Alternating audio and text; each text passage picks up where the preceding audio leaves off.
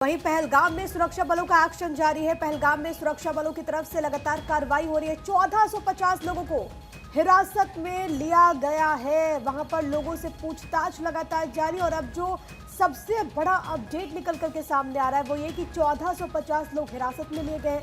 इनकी भूमिका को लेकर के लगातार इन्वेस्टिगेशन जारी। और सबसे बड़ी बात, क्योंकि जिस तरीके से एक एक करके खुलासे हुए, देखिए आतंकी वहां पर पहुंचते हैं, उनकी मदद की जाती है। वो कौन लोग थे जिन्होंने इनकी मदद की, उनको चिन्हित करने का काम। और जिस बात का जिक्र लगातार हो रहा है कि आतंकियों ने पहले रेकी की, पहले अगर रेकी की तो उस वक्त किन लोगों ने इसकी सहायता की थी, किन लोगों ने मदद की, हर किसी को चुन चुन करके कार्रवाई होगी, हिसाब किताब होगा। और ऐसे में 1450 लोगों को हिरासत में लिया गया, उनसे पूछताछ लगातार जारी है। अब देखना होगा कि सेना की तरफ से क्या कुछ जानकारी सुरक्षा बलों की तरफ से सामने आती है। लेकिन क्योंकि ये एक बहुत संवेदनशील मसला है, बहुत सेंसिटिव है, इसी वजह से उस तरीके से आज सच इन्फॉर्मेशन अभी तक सामने नहीं आई है। लेकिन ये जरूर कहा गया है कि 1450 लोग ऐसे हैं जिनको हिरासत में लिया गया। दरअसल इसमें जानकारी ये है कि जो तमाम सुरक्षा एजेंसियां फिलहाल वो चूंकि जांच कर रही हैं, और ऐसे में सूत्र ये बताते हैं कि घटना के बाद से कुछ ऐसे जो छोटे दुकानदार हैं, चाहे वो भेलपूरी बेचते हों या वो चाय बेचते हों, तो ऐसे दुकानदार, जो छोटे दुकानदार हैं, उनका कुछ अभी अता पता नहीं है। वो लोग नजर नहीं आ रहे हैं, मानो जैसे वो गायब से हो गए हों। और ऐसे में वो आतंकियों के स्लीपर सेल का हिस्सा हो सकते हैं, ये कहना है सुरक्षा बलों का। और जो जांच एजेंसियां वहां पर पहुंची हैं, उनका आशंका यह है कि ये लोग छोटी मोटी दुकानों की आड़ में सेना की मूवमेंट की जानकारी पाकिस्तान तक पहुंचा सकते हैं। क्योंकि अगर आपने नोटिस अगर ये किया हो तो इसमें जो बेस्टर्न घाटी में जो हमला हुआ, और इस हमले में किसी भी चाय वाले को, भेलपुरी वाले को आतंकियों ने गोली नहीं मारी है। इन लोगों की पहचान उजागर किए बिना जांच एजेंसियां इनको लेकर फिलहाल तलाशी अभियान रंजना चला रही हैं। तो देखिए, लगातार इस पूरे मामले को लेकर एक्शन लिया जा रहा है और कहां इस वक्त सर्च ऑपरेशन जारी, उसका भी जिक्र हम कर रहे हैं। तो आपको बताते चले कि उरी में घुसपैठ की तस्वीर सामने आई है। 2 आतंकियों ने घुसपैठ की कोशिश की थी और सेना ने दोनों आतंकियों को ढेर कर दिया है। तो आतंकियों के पास से भारी मात्रा में हथियार भी बरामद, जिसका जिक्र अखबारों में भी है। एलओसी पर घुसपैठ की कोशिश कर रहे 2 आतंकी ढेर। और देखिए, इससे जुड़ी तस्वीर भी आप इस वक्त अपने स्क्रीन पर देख रहे हैं। जम्मू कश्मीर सेना ने बुधवार तड़के घुसपैठ की कोशिश कर रहे 2 आतंकवादियों को मार गिराया। ये जो आतंकी है वो बारामूला से लगती एलओसी से घुसपैठ की कोशिश कर रहे थे। सैनिकों ने इन्हें चैलेंज किया, जिसके बाद काफी देर तक फायर फाइट चलती रही। वहीं कुलगाम में सेना ने कुछ आतंकियों को घेर लिया है। सूत्रों के मुताबिक पीओको में इस वक्त आतंकवादियों के करीब जो 42 लॉन्च पैड सक्रिय किए हैं। अब देखिए, जिस खबर का हम जिक्र करते उससे जुड़ी तस्वीर आपकी स्क्रीन पर है कि किस तरह से यहाँ पर एलओसी पर घुसपैठ की कोशिश कर रहे थे 2 आतंकियों को ढेर कर दिया गया है। इसी के साथ साथ सैनिकों ने इन्हें चैलेंज किया, जिसके बाद काफी देर तक यहाँ पर गोलीबारी होती है। और फिर जो 2 ये आतंकी हैं, जो आप इन तस्वीरों में देख पा रहे हैं, उसे ढेर कर दिया गया। प्रिया, बिल्कुल। और जो तस्वीरों में नजर आ रहा है, देखिए पूरा जंगली इलाका है और अक्सर जो आतंकी है वो इन्हीं जंगलों की आड़ लेते हैं। ये आपने पहलगाम में भी देखा, वहाँ पर छिपने के लिए वो जंगलों के भीतर छिप जाते हैं, क्योंकि वहाँ पर ऑपरेशन चलाना काफ़ी ज़्यादा कठिन होता है।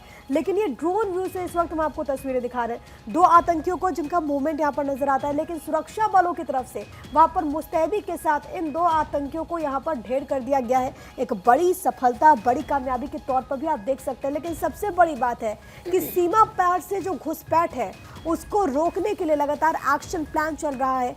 पाकिस्तान का चेहरा एक बार फिर से बेनकाब हुआ है कि किस तरीके से वो एलओसी के जरिए आतंकवादियों को घुसपैठ करा रहा है भारत में। और देखिए, इन जंगलों का ये लोग फायदा उठाते हैं और इस तरीके से घुसपैठ करते हैं। लेकिन निगरानी लगातार की जा रही है, जहां पर खबर है वहां पर आतंकियों की घेराबंदी की जा रही है। इस बीच अगर आज दिल्ली की बात करते हैं, दिल्ली बीजेपी विरोध प्रदर्शन करने वाली है। पाकिस्तान हाई कमीशन पर बीजेपी प्रदर्शन करती हुई नजर आएगी। पहलगाम हमले के खिलाफ में बीजेपी का ये प्रदर्शन होगा। इससे पहले कल डिप्लोमेटिक स्ट्राइक का आपने देखा कि 2.5 घंटे चली बैठक के बाद में किस तरीके से पाकिस्तान के खिलाफ में कड़े फैसले लिए गए। और अब जानकारी यह है कि अब प्रोटेस्ट आज बीजेपी करेगी। आज दिल्ली बीजेपी प्रोटेस्ट करने वाली है, पाकिस्तान हाई कमीशन पर बीजेपी प्रोटेस्ट करने वाली है। तो यह भी एक अहम जानकारी है। पहलगाम हमले के खिलाफ में पूरे देश में गुस्सा है, पूरे देश में इस वक्त नाराजगी है और इस घटना की हर कोई निंदा कर रहा है। इस बीच जानकारी है कि पाकिस्तान कमीशन पर बीजेपी आज प्रदर्शन करने वाली है।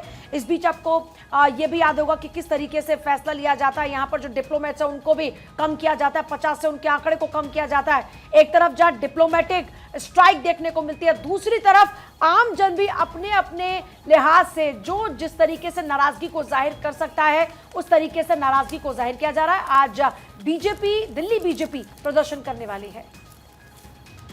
और वहीं देखिए दूसरी तरफ आतंकी हमले के बाद एक्शन में है भारतीय सेना। पहलगाम और राजौरी में सेना ने घेराबंदी कर ली है। आतंकियों की तलाश में वहां पर सर्च अभियान चलाया जा रहा है। अभी आपने देखा भी जो तस्वीरें वहां से सामने आई, अलग अलग जगह पर चूंकि घेराबंदी है, एक एक गाड़ियों की तलाश वहां पर ली जा रही है। कल ही जैसे ही मूवमेंट वहां पर शुरू हुआ था, अगर हम बात करें जांच एजेंसियों का, तो पहलगाम जाने वाले सभी रास्तों को रोक दिया गया था। एहतियात के तौर पर किसी को भी आगे बढ़ने की अनुमति नहीं दी गई थी। और अब एक्शन में भारतीय सेना चूंकि देखने को मिल रही है। पहलगाम राजौरी में सेना ने घेराबंदी कर ली है और वहां पर इस पूरे इलाके में भी सर्च अभियान चलाया जा रहा है, क्योंकि ये वो इलाका है जहां पर ऊंचे ऊंचे पहाड़ होते हैं, पेड़ होते हैं, और इसी का फायदा उठाने में ये आतंकी सफल रहते हैं। तो ऐसे में कोई भी नाकाम जो कोशिश है वो यहां पर ना हो पाए, और इसी को देखते हुए यहां पर सुरक्षा के पुख्ता इंतजाम किए गए हैं। देखिए, कुल मिलाकर देखा जाए तो पुख्ता इंतजामात नजर आ रहे हैं। देश भर में लगातार प्लानिंग चल रही है। इस बीच आप देख रहे हैं कि जो सुरक्षा बल हैं वो भी लगातार एक्टिव मोड में है।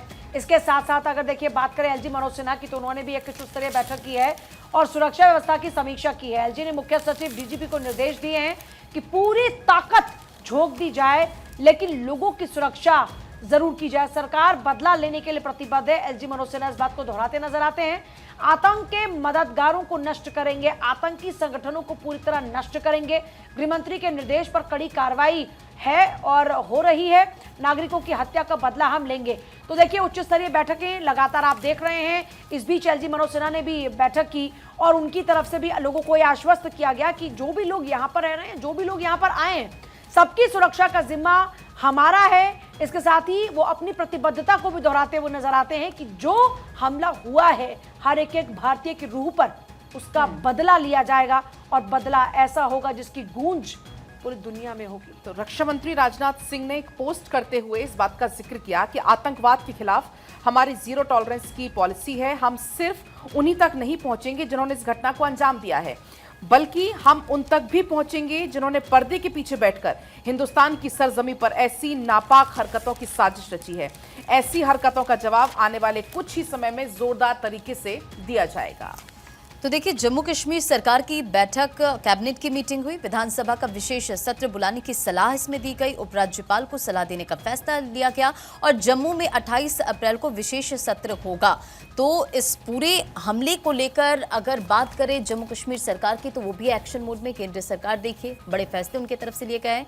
अब उपराज्यपाल को सलाह देने का फैसला और जम्मू में 28 अप्रैल को विशेष सत्र होगा। तो ये बड़ी जानकारी आपको दे रहे हैं। जम्मू कश्मीर सरकार की कैबिनेट की बैठक में ये तमाम महत्वपूर्ण फैसले लिए गए। विधानसभा का विशेष सत्र बुलाने का इसमें सलाह लिया गया है। तो ये आपको बताते चले कि जम्मू में 28 अप्रैल को विशेष सत्र होगा। इसको लेकर के सरकार पूरी तरीके से इस वक्त एक्टिव नजर आ रही है। जम्मू कश्मीर सरकार की कैबिनेट बैठक हुई, विधानसभा का विशेष सत्र बुलाने की बात कही जा रही है। इसी बीच हम आपको बालासोर की तस्वीरें दिखाते हैं, जहां पर नम आंखों से विदाई दी जा रही है। देखिए, चीत्कार इस वक्त और पूरा देश गमगीन है, क्योंकि इस घटना ने देश की आत्मा पर चोट की। इस घटना ने देश को जिस तरीके से कभी न भूलने वाला जख्म दिया, हर आंखें नम है। और इन तस्वीरों को देख करके आपको भी महसूस होगा वो दर्द, वो क्षति आप भी महसूस करेंगे। और ये तस्वीरें लगातार अलग अलग जगहों से सामने आ रही हैं। सोचिए, वो परिवार जो कि वहाँ पर घूमने गया था, वो परिवार जो कि वहाँ पर समय बिताने गया था, लेकिन एक झटके में सब कुछ खत्म हो जाता है। ये वो पीड़ित परिवार का अथाह दर्द है, जिसको इस वक्त हर कोई महसूस कर रहा है। हिंद का हर एक बाशिंदा इनके साथ इस वक्त है। ये भरोसा देश के गृह मंत्री अमित शाह ने भी बीते दिनों उन पीड़ित परिवारों को दिया, जिनसे उन्होंने मुलाकात की। और ये भरोसा सिर्फ देश के प्रधान या फिर सरकार का नहीं, ये भरोसा हम सब का है कि दुख की इस घड़ी में पूरा देश इनके साथ है। लेकिन जो इस वक्त दुखों का पहाड़ इस परिवार पर टूटा है, शब्दों में उसको बयां कर पाना मुश्किल है। माँ के आंखों से निकलता हुआ हर एक आंसू ये कह रहा है कि जो भी इसके पीछे कसूरवार हैं, उनको बख्शो मत। जो भी इसके पीछे दोषी है, उसको उसके किए की सज़ा ज़रूर मिले, और सज़ा इतनी बड़ी हो पूजा कि आइंदा किसी भी माँ की आंखों से ऐसे आंसू न निकले। जाहिर तौर पर, और आप परिवार की एक एक शख्स की आंखों को इस वक्त पढ़िए, आपको वो दर्द महसूस होगा जिस दर्द की कोई परिकल्पना भी अगर करे तो सिहरन पैदा हो जाती है। ये बच्चे देखिए किस तरह से अपने परिवार के शख्स को खोने के बाद बिलखते हुए नज़र आ रहे हैं। आप सोचिए बच्चे जिन्होंने अपने पिता की मौत को एकदम सामने से देखा, करीब से देखा, वो महिला जिसने अपने सुहाग को खो दिया, आप देखिए किस तरह से वो रोती बिलखती हुई नज़र आ रही है। परिवार का एक एक शख्स इस वक्त गमगीन है, चारों तरफ चित्कार मची है, लोग लगातार रो रहे हैं, बिलख रहे हैं, तकलीफ़ में हैं।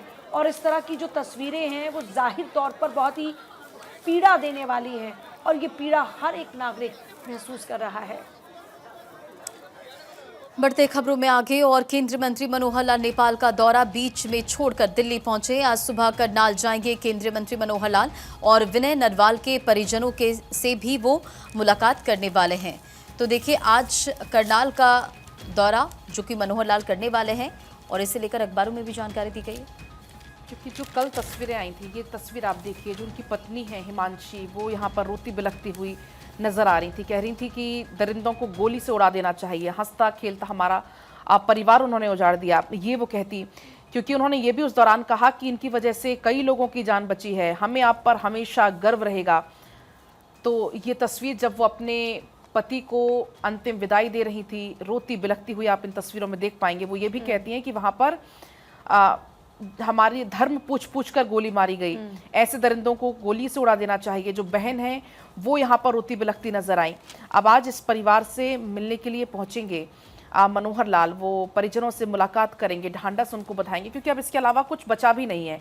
सिर्फ ढांढस बधा सकते हैं, लेकिन उन पर जो बीत रही है, उनके परिवार पर जो बीत रही है, उनकी पत्नी पर, उनकी माँ पर जो बीत रही है, वो शायद वही महसूस कर सकते हैं। और उनकी पत्नी ने बताया कि विनय ने 2 आतंकियों को पकड़ लिया था और एक जोर लगाकर छूट जाता है और उसके बाद वही गोली मारता है और उसके बाद चारों तरफ और फिर गोलीबारी शुरू हो जाती है।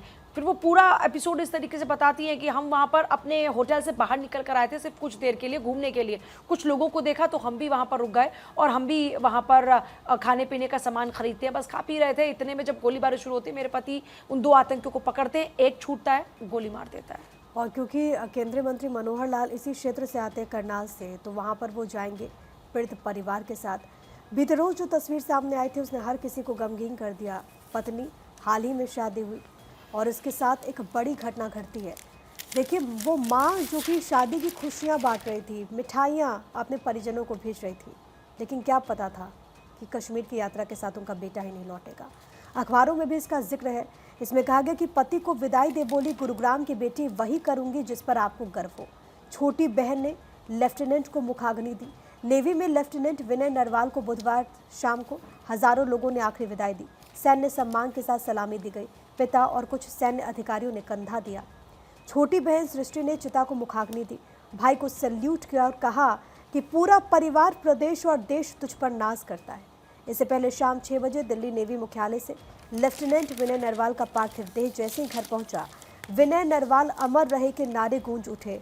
वो वहां पर छुट्टी पर थे, लेकिन जिस तरीके से शौर्य का प्रदर्शन उन्होंने वहां किया, आप सोचिए, अंतिम दम तक लड़ते रहे उन लोगों से जिन्होंने माँ भारती को आंख उठाने की, देखने की हिमाकत की, और उसके बाद उन्होंने अपना सर्वोच्च निछावर कर दिया। तो देखिए इसी के साथ साथ वो तमाम स्टोरी है, जैसे कि अब देखिए यहाँ पर एक बेटी बोलती है कि पापा को कलमा पढ़ने को कहा, नहीं पढ़ पाए तो गोली मार दी। आप सोचिए कि क्या बीत रही होगी आंखों के सामने, अपने आंखों के सामने अपने पिता को खो देना, अपने भाई को खो देना, अपने पति को खो देना, बुजुर्ग जो हैं अपने बुजुर्ग का एक बहुत बड़ा सहारा, अपने बेटे को खो देना, रोते बिलखते परिवार की वो तमाम तस्वीरें आपको झकझोर देगी, आपकी आंखें नम हो जाएगी। और अखबारों में तमाम वो स्टोरी का जिक्र है कि किस तरह से अंतिम विदाई दी गई, आज क्या स्थिति है, लोग जिस तरह से वहाँ पर खुशियाँ मनाने गए थे, मेमोरीज इकट्ठा कर रहे थे, पहलगाम पहुंचे थे, वहाँ की वादियों में वो खुश थे, लेकिन किसी को नहीं पता था कि वहाँ पर इस तरह से अटैक होगा और वहाँ पर अपनों को वो खो देंगे। और देखिए इसी बीच एक बहादुर कश्मीरी का जिक्र भी हो रहा है। पर्यटकों की खातिर आतंकियों से वो अकेले भिड़ गए थे, आदिल हुसैन उनका नाम था, लेकिन अफसोस वो भी नहीं बच पाए। दरअसल 26 पर्यटकों में एक जो हमले में मारे गए हैं उसमें से एक स्थानीय आदिल भी हैं, जो कि पर्यटकों को टट्टू की सवारी करवाते हैं। जब ये हमला वहां पर हुआ तो वो पर्यटकों को बचाने के लिए आतंकियों से भिड़ गए, तो उन्होंने कहा कि आप इनको छोड़ दीजिए, कश्मीर के मेहमान हैं ये। हथियार वो छीनने की उनसे कोशिश करने लगे, लेकिन वो कामयाब नहीं हो पाए। और ऐसे में इस वक्त पुणे से है, शरद पवार पहुंचे हैं। दरअसल यहाँ पर संदीप जगदले जिन्होंने अपनी जान गंवा दी, उनको आखिरी विदाई दी जा रही है। दरअसल इससे जुड़ी हुई हमने, क्योंकि कहानियों का भी जिक्र लगातार हो रहा है, वहाँ पर क्या बीता। यही वो बेटी थी जिसने कहा कि दरअसल पिता से कहा गया कि आप कलमा पढ़ें, नहीं पढ़ पाए तो गोली मार दी गई। वहाँ शरद पवार पहुँचे हैं, एनसीपी चीफ, जिन्होंने परिवार को सांत्वना दी है। लेकिन पूरा देश इन परिवारों के साथ है, उन तमाम लोगों के साथ है जिन्होंने अपने अपनों को खो दिया। इससे जुड़ी हुई ये भी खबर सामने आई थी कि दरअसल वहाँ पर वो बिटिया जो कि अपने पिता और चाचा के साथ मौजूद थी, उनको लगा कि दरअसल वहाँ पर सेना और आतंकियों के बीच मुठभेड़ हुई है। वो भागते हैं अपने कैंप में, उनको लगा वहाँ पर वो सेफ रहेंगे। लेकिन उसी दौरान खबर ये सामने आती है कि वहाँ पर आतंकी पहुँचते हैं और उसके बाद इनको ललकारते हैं कि बाहर निकलो। जैसे ही बाहर निकलते हैं, नाम पूछते हैं, कलमा पढ़ने के लिए कहते हैं और उसके बाद मौत की घाट उतार देते हैं। जैसे ही पार्थिव देह यहाँ पर पहुँचता है, वैसे ही वहाँ पर चीख पुकार मच जाती है, क्योंकि परिवार ने कभी ऐसा नहीं सोचा कि ऐसी कोई घटना घटेगी। और देखते ही देखते संतोष जगदाले का पूरा परिवार इसी तरीके से बिखर जाएगा। ये पहलगाम में हुए आतंकी हमले में महाराष्ट्र के संतोष जगदाले और कौस्तुभ गणबोटे, जिनका पार्थिव देह पुणे लाया गया। एयरपोर्ट पर भी हमने देखा कि नागरिक उड्डयन और सहकारिता राज्य मंत्री यहाँ पर पहुँचे, उन्होंने नम आंखों से श्रद्धांजलि दी। और अब परिवारजनों से मिलते हुए शरद पवार।